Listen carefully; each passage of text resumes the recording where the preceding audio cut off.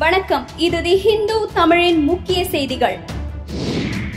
இலங்கை கடற்படையினரால் கைது செய்யப்பட்ட 64 மீனவர்களை உடனடியாக விடுவிக்க நடவடிக்கை எடுக்க வேண்டும் என வலியுறுத்தி பிரதமர் நரேந்திர மோடிக்கு முதல்வர் ஜெயலலிதா கடிதம் எழுதியுள்ளார்.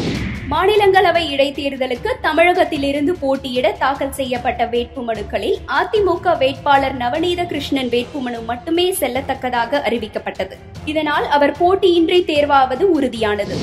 இந்திய கிரிக்கெட் அணி கேப்டன் MS தோனியை கைது செய்ய ஆணை பிறப்பித்து ஆந்திர நீதிமன்றம் உத்தரவிட்டுள்ளது. இந்து மதத்தினர் உணர்வுகளை புண்படுத்தியது தொடர்பான வழக்கில் அவருக்கு எதிராக ஆந்திர மாநிலம் அனந்த்பூர் மாவட்ட நீதிமன்றம் இந்த கைது ஆணையை பிறப்பித்துள்ளது. ரயில் கட்டண உயர்வை திரும்ப பெற வலியுறுத்தி பாஜக சிவசேனை எம்பிக்கள் செவ்வாய் அன்று ரயில்வே அமைச்சர் சதானந்த கவுடாவை சந்தித்தனர். இதனிடையே ரயில் கட்டண உயர்வை திரும்ப பெற வலியுறுத்தி டெல்லி பாலம் ரயில் நிலையத்தில் அம்மாநில காங்கிரஸ் தலைவர் அரவிந்தர் சிங் தலைமையில் ரயில் மறியல் போராட்டம் நடைபெற்றது.